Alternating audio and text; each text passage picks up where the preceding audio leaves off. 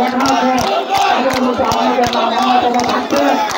সেই সঙ্গে যদি আপনারা এটা না করেন তাহলে ইতিহাসে যারা নিশ্চিত রয়েছে তাদের ভাগ্যের প্রয়োজন। এইভাবে আমরা সবাই কাছে সংগ্রামী নেতৃবৃন্দ এই পর্যায়ে আপনাদের সঙ্গে বক্তব্য রাখার জন্য আহ্বান করছি।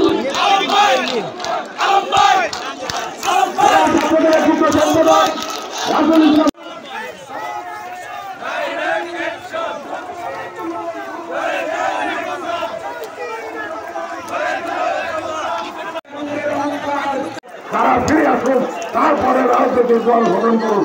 তৃতীয় কথা হচ্ছে এই সরকারকে আমরা হুঁশিয়ার করে দিচ্ছি, বাংলাদেশের শুধুমাত্র কিশোরগঞ্জ জেলায় এসে দেখুন এই অন্তর্বর্তীকালীন সরকার বাংলাদেশের মানুষ কি চায়, কিশোরগঞ্জের মানুষ কি চায়। আগামী ডিসেম্বরের মধ্যে যদি এই অন্তর্বর্তীকালীন সরকার ভালো নির্বাচন করার ব্যবস্থা করে অতি দ্রুত নির্বাচন দেন, যদি আপনারা একটা ভালো নির্বাচন বাংলাদেশে করাতে পারেন এই মুহূর্তে, তাহলে আপনারা এই দেশের 52 সালের পর থেকে যত মানুষের